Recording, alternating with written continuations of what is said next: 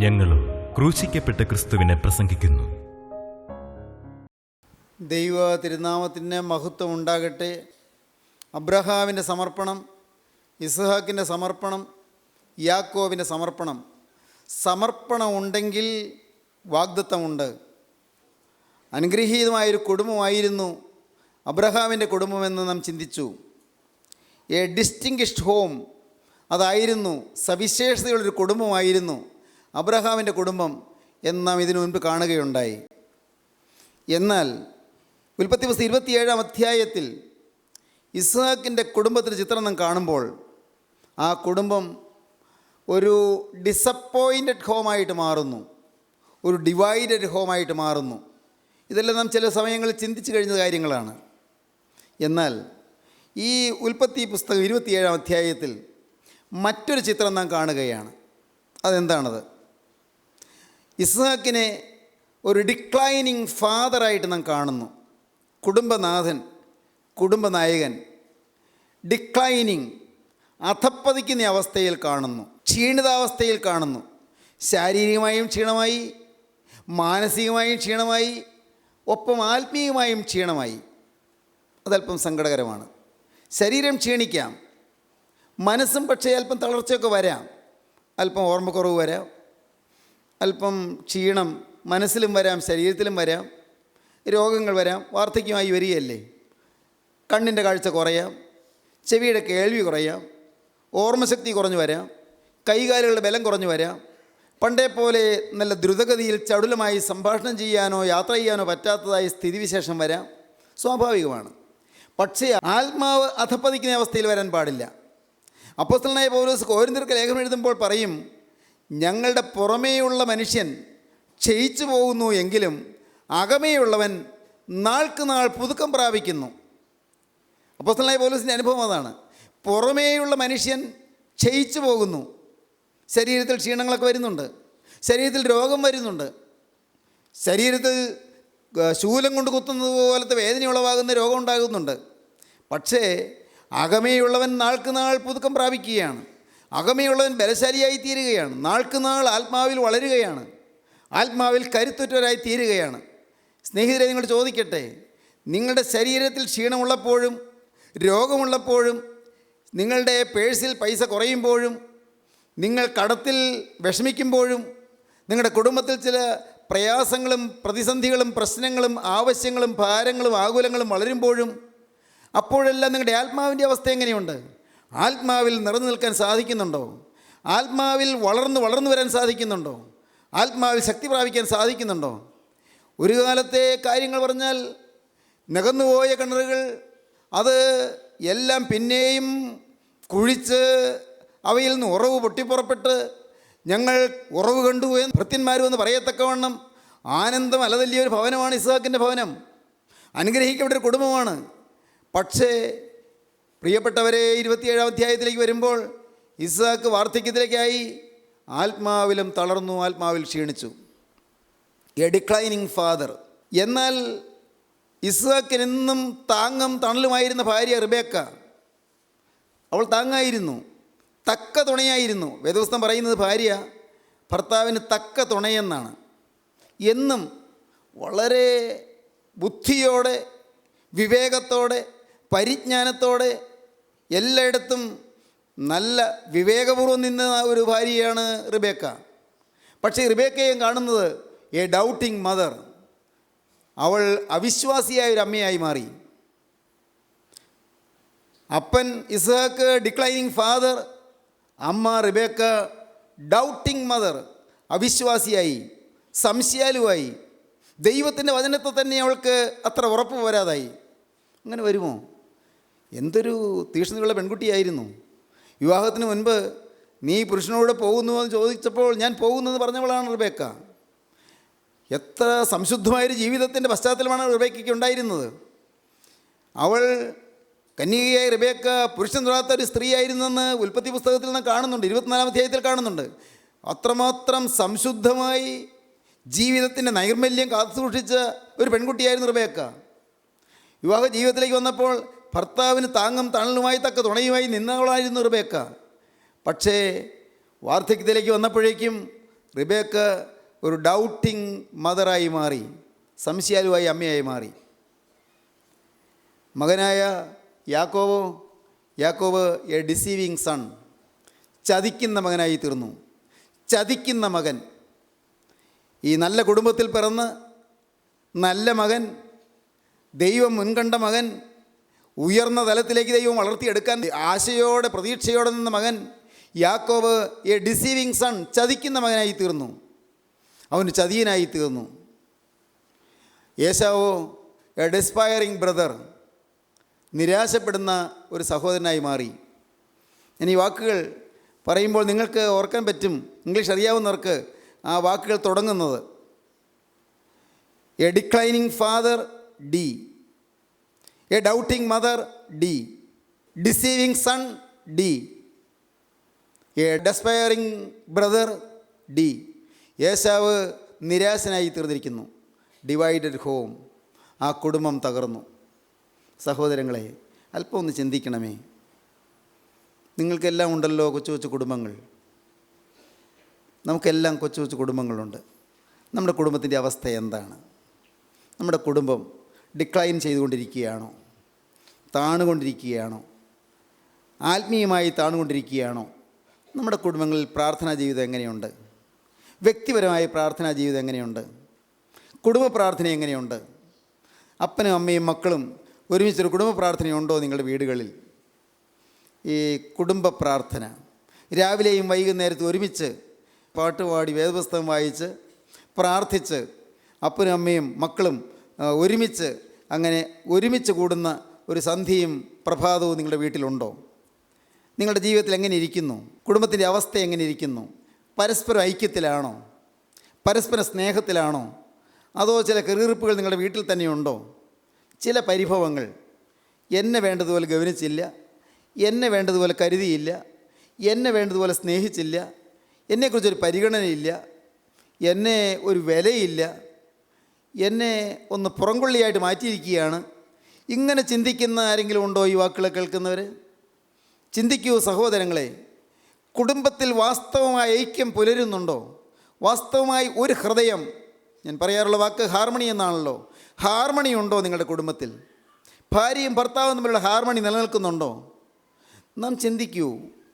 ആത്മീയരായി ദൈവത്തിൻ്റെ വചനം കേട്ട് ഇറങ്ങി പുറപ്പെട്ടവരായി നിങ്ങളുടെ കുടുംബത്തിൽ ആ ഹാർമണി നിലനിൽക്കുന്നില്ലെങ്കിൽ കാതലായ കേടെവിടെയുണ്ടോ എന്ന് മനസ്സിലാക്കിക്കൊള്ളണം. കാര്യമായ എന്തോ സംഭവിച്ചിട്ടുണ്ട്. അപകടകരമായ നിലയിലേക്ക് നിങ്ങളുടെ കുടുംബം എത്തിയിരിക്കുകയാണ്. ഡിക്ലൈനിങ് സ്റ്റേറ്റ്, അധപ്പതിച്ച അവസ്ഥയിലേക്ക് വന്നിരിക്കുകയാണ്. അധപ്പതിച്ച അവസ്ഥയിലിരിക്കുന്ന കുടുംബങ്ങൾ ഇന്ന് നിങ്ങളുടെ കുടുംബങ്ങൾ എങ്ങനെ ഇരിക്കുന്നു? മക്കളുമായി ഒരു മനസ്സ് വരുന്നുണ്ടോ? മക്കൾക്ക് അപ്പനെക്കുറിച്ച് പരിഭവമുണ്ടോ? അമ്മയെക്കുറിച്ച് പരിഭവം പറയാനുണ്ടോ? ഏതെങ്കിലും തരത്തിലുള്ളതായ പരാതികൾ പറയാനുണ്ടോ? ഹൃദയത്തിൻ്റെ ഐക്യം നിലനിർത്താൻ പറ്റുന്നുണ്ടോ? അപ്പനും അമ്മയും ഒരു പഴയ തലമുറ, മക്കളൊരു പുതിയ തലമുറ, ഈ തലമുറകൾ തമ്മിലുള്ളതായ വിടവ് ഏതെങ്കിലും തരത്തിൽ കുടുംബത്തിൽ അസ്വാരസ്യങ്ങൾ ഉണ്ടാക്കുന്നുണ്ടോ? പ്രിയപ്പെട്ടവരെ, ചിന്തിക്കൂ. ഇസ്ഹാക്കിൻ്റെ കുടുംബം അബ്രഹാം പിതാവിൻ്റെ ഡിസ്റ്റിങ്ഷ്ഡ് ഹോമാണ്. അത് സവിശേഷതയുള്ള കുടുംബമാണ്, അനുഗ്രഹീതമായ കുടുംബമാണ്. ആ കുടുംബം അത് ഡിവൈഡായി, അത് ഡെസ്പെററ്റായി. ആ കുടുംബം നിരാശാപൂരിതമായി. ആ കുടുംബം വിഭജിക്കപ്പെട്ടു. ഇപ്പോൾ ഈ ഇസ്ഹാക്ക് ഡിക്ലൈനിങ് ഫാദറായി മാറി.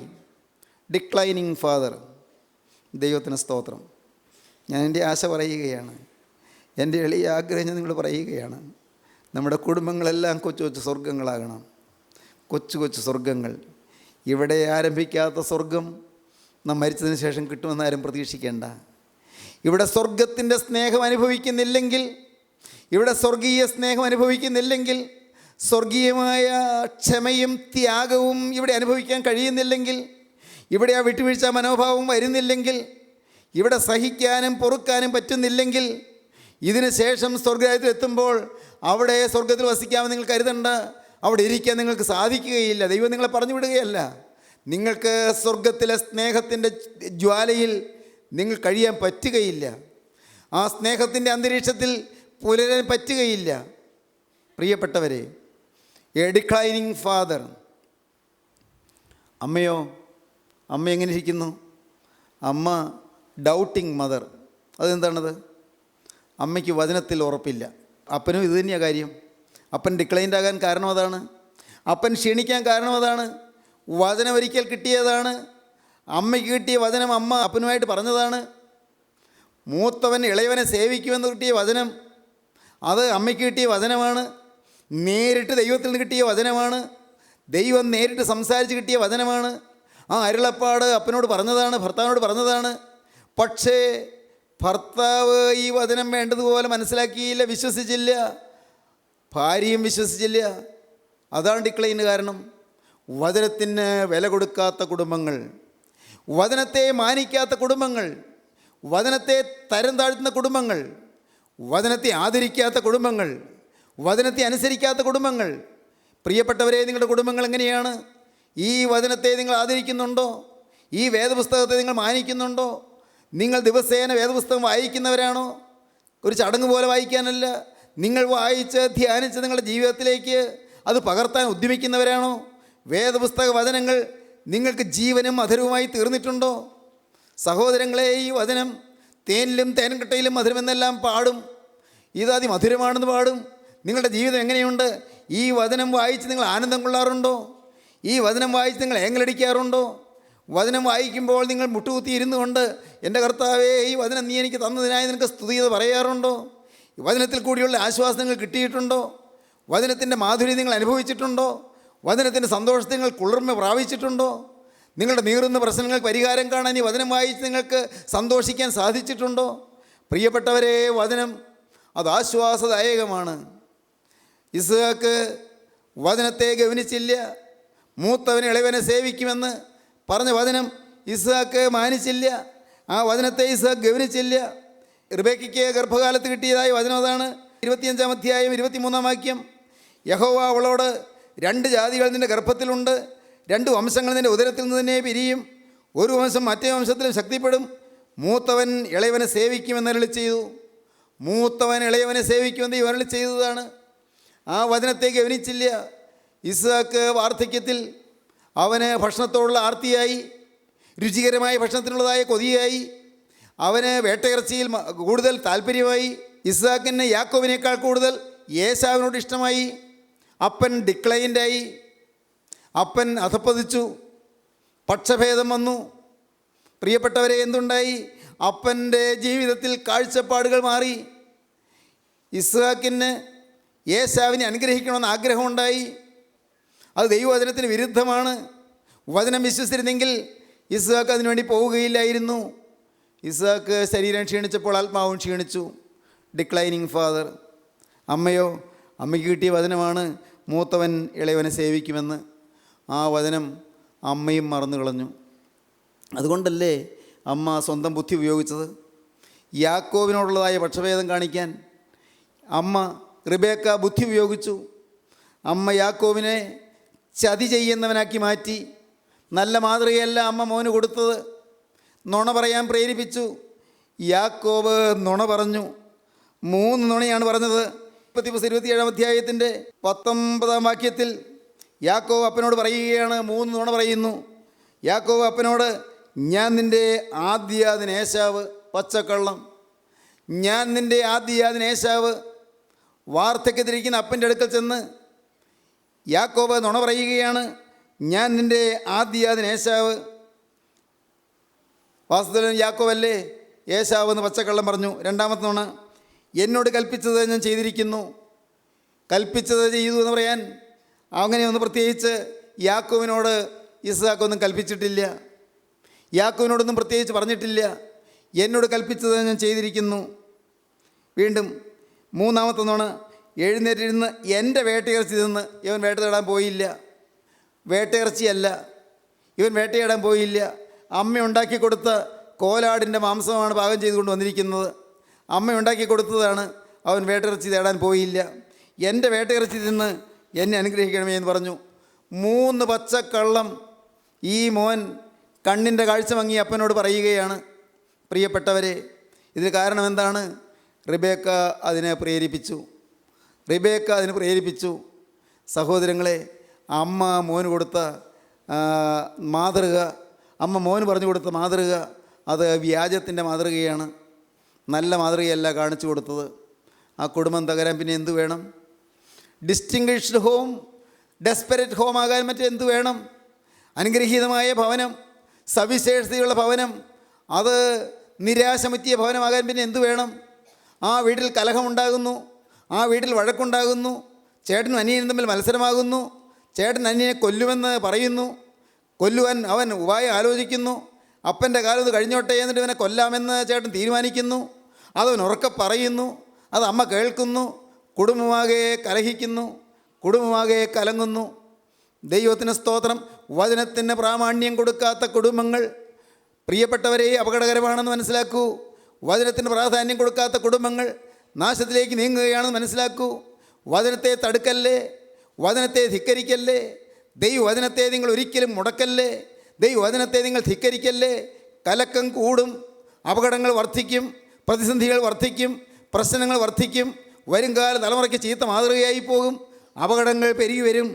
വചനത്തിന് പ്രാധാന്യം കൊടുത്തില്ലെന്ന് മാത്രമല്ല, അവിടെ ചീത്ത മാതൃക കാണിച്ചു കൊടുക്കുകയും ചെയ്തു. അമ്മ എ ഡൗട്ടിങ് മദർ, സംശയിക്കുന്ന അമ്മ, അവിശ്വാസിയായ അമ്മ. ഒരു കാലത്ത് എന്തൊരു വിശ്വാസിയായിരുന്നു, എന്തൊരു വിശ്വാസി. റിബേക്കയുടെ ചരിത്രം വായിക്കുമ്പോൾ, 24-ാം അധ്യായം വായിക്കുമ്പോൾ നാം എന്ത് ആദരവോടെയാണ് റിബേക്കയെ കാണുന്നത്. എലിയാസാറിൻ്റെ അടുക്കൽ എന്ത് വിനയത്തോടെ ആ പെൺകുട്ടി നിൽക്കുന്നു. അങ്ങ് ഓടി ഓടി ചെന്ന് കിണറ്റിലേക്ക് ഓടി ഇറങ്ങിച്ചെന്ന് വെള്ളം ഇങ്ങനെ തുരുതുരാ കോരിക്കൊണ്ടുവന്ന് കൊടുക്കുന്നു. ഒട്ടകങ്ങൾ കൊടുക്കുന്നു, ഏലിയാസാറിന് കൊടുക്കുന്നു. എല്ലാം ഇങ്ങനെ ധൃതഗതിയിൽ ചെയ്യുന്നു. എന്തൊരു ഉത്സാഹമുള്ള പെൺകുട്ടി, എന്തൊരു ഭയഭക്തിയുള്ള പെൺകുട്ടി, എന്തൊരു അടക്കമൊതുക്കമുള്ള പെൺകുട്ടി, എന്തൊരു വിനയശീലമുള്ള പെൺകുട്ടി. ഈ റിബേക്ക ഇന്ന് പ്രായമായി കഴിഞ്ഞു. അവളുടെ ആത്മീയമെല്ലാം പോയി. അവളൊരു അവിശ്വാസിയായി മാറി. സങ്കടകരമായൊരു വീഴ്ചയായിരുന്നു അത്. മൂന്നാമത്തേത് ഈ യാക്കോബിൻ്റെ കാര്യമാണ്. ഡിസീവിങ് സൺ, മകൻ യാക്കോബ്. അനുഗ്രഹിക്കപ്പെട്ട തറവാട്ടിൽ ജനിച്ച മകൻ, അവനൊരു ചതിയനായി മാറി, അവനൊരു വഞ്ചകനായി മാറി, അവനൊരു നുണയനായി മാറി. പ്രിയപ്പെട്ടവരെ, നല്ല മാതൃക നിങ്ങൾ കാണിച്ചു കൊടുത്തില്ലെങ്കിൽ നിങ്ങളുടെ മക്കൾക്ക് നാശം വരും.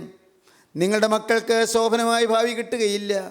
നല്ല മാതൃക കാണിച്ചു കൊടുത്തുകൊള്ളൂ.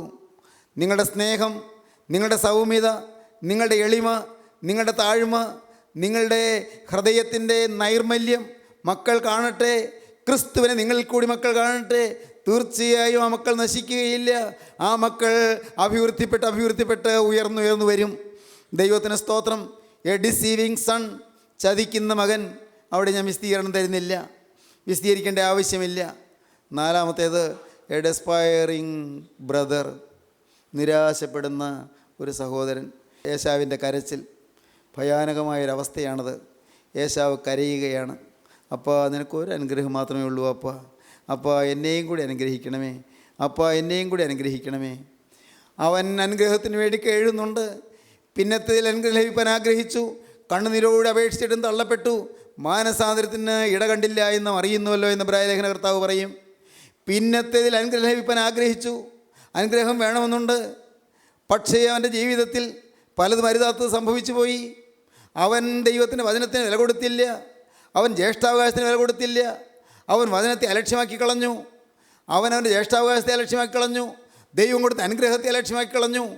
പ്രിയപ്പെട്ടവരെ, നമ്മുടെ ജീവിതത്തിൽ ദൈവത്തിന് ഒന്നാം സ്ഥാനം കൊടുത്തില്ലെങ്കിൽ, ദൈവത്തിൻ്റെ വചനത്തിന് പ്രാധാന്യം കൊടുത്തില്ലെങ്കിൽ നമുക്ക് നഷ്ടമായിരിക്കും, നിരാശപ്പെടേണ്ടി വരും. ഇന്ന് ഈ വാക്കുകൾ നിങ്ങൾ കേട്ടുകൊണ്ടിരിക്കുമ്പോൾ നിങ്ങളോട് ഞാൻ വിനയപൂർവ്വം അറിയിക്കട്ടെ, നിങ്ങൾ ആരും നിരാശപ്പെടാനിട വരരുത്. ഭാവി നിരാശപ്പെടാനിട വരരുത്. അയ്യോ വേണ്ടായിരുന്നു, അയ്യോ വേണ്ടായിരുന്നു, അങ്ങനെ സംസാരിക്കണ്ടായിരുന്നു, അങ്ങനെ പെരുമാറണ്ടായിരുന്നു എന്ന് നിങ്ങളാരും ചിന്തിച്ച് വലയാനിട വരരുത്. അയ്യോ ഞാനങ്ങനെ പറഞ്ഞു പോയല്ലോ, അയ്യോ തിരുത്താൻ ഒക്കുകയില്ലല്ലോ, അയ്യോ ഞാനങ്ങനെ സംസാരിച്ചു പോയല്ലോ, അങ്ങനെ ഞാൻ പെരുമാറിപ്പോയല്ലോ, അങ്ങനെ ഞാൻ പ്രവർത്തിച്ചു പോയല്ലോ, എൻ്റെ ദൈവമേ ഞാൻ ആ വഴിക്ക് നീങ്ങിപ്പോയല്ലോ, വേണ്ടായിരുന്നു. ഇങ്ങനെ നിരാശപ്പെടാനിട വരരുത്. ദൈവത്തിന് സ്തോത്രം. നിങ്ങളുടെ വഴികളെ നിങ്ങൾ ദൈവത്തിൻ്റെ കരങ്ങളിലേക്ക് കൊടുക്കൂ. നിൻ്റെ വഴി യഹോവയെ ഭരമേൽപ്പിക്കുക, അവനിൽ തന്നെ ആശ്രയിക്കുക, അവനത് നിർവഹിക്കും. Commit thy way unto God, he will sustain thee. നിൻ്റെ വഴി യഹോവയെ ഭരമേൽപ്പിക്കുക, അവനിൽ തന്നെ ആശ്രയിക്കുക, അവനത് നിർവഹിക്കും. ദൈവത്തിൻ്റെ കൈകളിലേക്ക് നിങ്ങൾ ഏൽപ്പിച്ചു കൊടുക്കൂ. നിങ്ങൾക്ക് വേണമോ? ഇന്നിതാ നിങ്ങൾക്കൊരവസരം കർത്താവ് തരികയാണ്. ഇന്ന് നിങ്ങളുടെ ജീവിതത്തിൽ പ്രിയപ്പെട്ടവരെ, നിങ്ങൾക്ക് കർത്താവ് ഇപ്പോൾ ഒരു അവസരം തരികയാണ്. വേണമെങ്കിൽ ഈ അവസരം നിങ്ങൾക്ക് ഉപയോഗിക്കാം. കർത്താവ് നിങ്ങളെ സ്നേഹിക്കുന്നുണ്ട്. കഴിഞ്ഞ കാലങ്ങൾ മാറ്റിത്തരാൻ കർത്താവിന് കഴിയും. കഴിഞ്ഞ കാലങ്ങളിലെ കേടുകൾ തീർക്കാൻ കർത്താവിന് കഴിയും.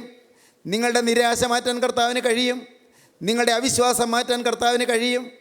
നിങ്ങളുടെ ജീവിതത്തിൽ വചനത്തിന് വില കൊടുക്കാതെ പോയ നിങ്ങളുടെ ജീവിതത്തിൻ്റെ എല്ലാ വഞ്ചനയും ചതിവും മാറ്റാൻ ദൈവത്തിന് കഴിയും. നിങ്ങളുടെ ജീവിതത്തിൽ അധപ്പതനം മാറ്റാൻ കർത്താവിന് കഴിയും. അധപ്പതനത്തിൽ നിന്ന് എഴുന്നേറ്റ് വരാൻ നിങ്ങൾക്ക് മനസ്സുണ്ടോ? നിങ്ങൾക്ക് നിങ്ങളുടെ അവിശ്വാസത്തിൽ നിന്ന് എഴുന്നേറ്റ് വരാൻ മനസ്സുണ്ടോ?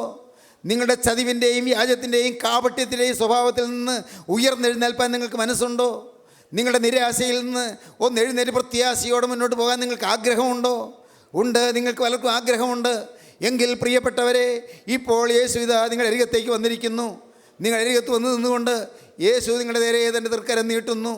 ആണിപ്പാടുള്ള കരം നിങ്ങളുടെ നേരെ നീട്ടിക്കൊണ്ട് യേശു നിങ്ങളോട് പറയുന്നു, മകനെ, നിനക്ക് ഇപ്പോൾ എന്നെ സ്വീകരിക്കാൻ മനസ്സുണ്ടോ? ഇപ്പോൾ എന്നോടൊരു വാക്ക് പറയാൻ നിനക്ക് മനസ്സുണ്ടോ? ഇപ്പോൾ എന്നോട് പ്രതിജ്ഞ ചെയ്യാൻ നിനക്ക് മനസ്സുണ്ടോ? ഇപ്പോൾ ഒരു പുതിയ സമർപ്പണം എടുക്കാൻ നിനക്ക് മനസ്സുണ്ടോ? നിൻ്റെ കഴിഞ്ഞകാല ജീവിതം മുഴുവൻ ഞാൻ മാറ്റിത്തരാം. എല്ലാം ഞാൻ തുടച്ച് മാറ്റിത്തരാം. എല്ലാം ഞാൻ നിശേഷം അയച്ചു കളയാം. നിൻ്റെ ജീവിതത്തിൽ ഒന്ന് പോയ പാപങ്ങളെല്ലാം മാറ്റിത്തരാം. എൻ്റെ തിരുരക്തം സകല പാവവും പോക്കാൻ ശക്തമാണെന്ന് പറഞ്ഞുകൊണ്ട്, സകല പാവവും പോക്കി നിന്നെ കഴുകി വെടിപ്പാക്കാൻ മതിയായതാണെന്ന് പറഞ്ഞുകൊണ്ട് യേശു നിങ്ങളുടെ അരികത്തേക്ക് വന്നിരിക്കുന്നു. എന്തെല്ലാം തെറ്റുകൾ നിങ്ങൾക്ക് വന്നു പോയെങ്കിലും, ഏതെല്ലാം തരത്തിലുള്ളതായ കാപട്യങ്ങൾ നിങ്ങൾക്ക് വന്നു പോയെങ്കിലും, ഏതെല്ലാം തരത്തിലുള്ള വ്യാജങ്ങൾ നിങ്ങൾക്ക് വന്നു പോയെങ്കിലും, ഏതെല്ലാം തരത്തിലുള്ളതായ അസത്യങ്ങൾ നിങ്ങൾക്ക് വന്നു പോയെങ്കിലും, ഏതെല്ലാം തരത്തിലുള്ളതായ വഞ്ചനകൾ നിങ്ങൾക്ക് വന്നു പോയെങ്കിലും, പ്രിയപ്പെട്ടവരെ, നിങ്ങളുടെ അവിശ്വാസങ്ങളും നിങ്ങളുടെ അധപ്പതനങ്ങളും മാറ്റി നിങ്ങൾ എഴുന്നേൽപ്പിക്കാൻ യേശു മനസ്സാണ്. നിങ്ങൾ എഴുന്നേൽപ്പിക്കാൻ യേശു കരം നീട്ടുന്നുണ്ട്. അവൻ്റെ കരം നിങ്ങളെ പിടിച്ച് എഴുന്നേൽപ്പിക്കട്ടെ. പെരുവെള്ളത്തിൽ നിന്ന് വലിച്ചെടുക്കുന്ന കരം ഇപ്പോൾ നിങ്ങളുടെ നേരെ നീട്ടിയിരിക്കുകയാണ്. ചുഴലിക്കാറ്റിൽ നിന്ന് വേലിയേറ്റത്തിൽ നിങ്ങൾ വലിച്ചെടുക്കുന്ന കരം നിങ്ങളെ പിടിച്ചിരിക്കുകയാണ്. ആ കരം നിങ്ങളെ പിടിച്ച് എഴുന്നേൽപ്പിക്കുകയാണ്. ആർക്ക് വേണം ഈ യേശുവിനെ? യേശുവിൻ്റെ കരത്തിലേക്ക് നിങ്ങൾ വിട്ടുകൊടുക്കുക. ആ തൃക്കരത്തിലേക്ക് നിങ്ങൾ വിട്ടുകൊടുക്കുക. ആ തിരുരക്തമാർന്ന കരങ്ങളിലേക്ക് നിങ്ങൾ വിട്ടുകൊടുക്കുക. യേശുവോട് നിങ്ങൾ വാക്ക് പറയുക, യേശുവേ രക്ഷക, എൻ്റെ യേശുവേ, എൻ്റെ കരുണയുള്ള കർത്താവേ, എൻ്റെ മേൽ നിൻ്റെ സ്നേഹം പകരണമേ. എൻ്റെ മേൽ നിൻ്റെ ആത്മാവ് ഇറങ്ങണമേ. നിൻ്റെ ദിവ്യ ജീവനിലേക്ക് പകരണമേ. നാഥാ, എൻ്റെ അധപ്പതനം മാറ്റണമേ. എന്നെ ഉയർത്തെഴുന്നേൽപ്പിക്കണമേ. എന്നെ ഉദ്ധരിക്കണമേ. യേശുവേ, നീ എന്നോട് മനസ്സലിയണമേ. ദൈവം ഉദ്ധാരണങ്ങളുടെ ദൈവമാകുന്നു. ഉദ്ധാരണങ്ങളുടെ ദൈവം നിങ്ങളെ ഉയർപ്പിക്കട്ടെ. ദൈവം നിങ്ങളെ എഴുന്നേൽപ്പിക്കട്ടെ. നഷ്ടങ്ങൾ മാറ്റി തരട്ടെ. ജീവിതം പ്രയോജനകരമാക്കി തീർക്കട്ടെ. അനേകർക്ക് ആശ്വാസമാക്കി തീർക്കട്ടെ. നമുക്ക് പ്രാർത്ഥിക്കാം. കരുണയുള്ള കർത്താവേ, ജീവൻ്റെ വചനങ്ങൾക്കായി ഞങ്ങൾ നിന്നെ സ്തുതിക്കുന്നു. ജീവൻ്റെ അരുളപ്പാടുകൾക്കായി ഞങ്ങൾ നിന്നെ സ്തുതിക്കുന്നു. ജീവൻ്റെ സന്ദേശത്തിനായി ഞങ്ങൾ നിന്നെ സ്തുതിക്കുന്നു. കർത്താവേ, കൃപയുടെ കരം ഞങ്ങളുടെ മേൽ വെച്ചതിനായി ഞങ്ങൾ നിന്നെ സ്തുതിക്കുന്നു. നാഥ, നിൻ്റെ തൃക്കരം കൊണ്ട് ഞങ്ങളെ പിടിച്ചു വലിച്ചെഴുന്നേൽപ്പിക്കുന്നതിനായി ഞങ്ങൾ നിന്നെ സ്തുതിക്കുന്നു. കർത്താവേ, മാൻപേടക്കാൽക്ക് തുല്യമായ കാൽ നൽകി ഞങ്ങളെ ഓടിക്കുന്നതിനായി ഞങ്ങൾ നിന്നെ സ്തുതിക്കുന്നു. ഞങ്ങളെ ദേശത്തിലെ ഉന്നതികളിന്മേൽ നടകൊള്ളുമാറാക്കുന്നതിനായി ഞങ്ങൾ നിന്നെ സ്തുതിക്കുന്നു. ബലം ധരിപ്പിക്കണമേ. കൃപയിൽ നിറയ്ക്കണമേ. തിരുരക്തത്താൽ പൊതിയണമേ. തിരുനാമം മഹത്വപ്പെടുത്തണമേ. യേശുവിൻ നാമത്തിൽ തന്നെ. ആമീൻ.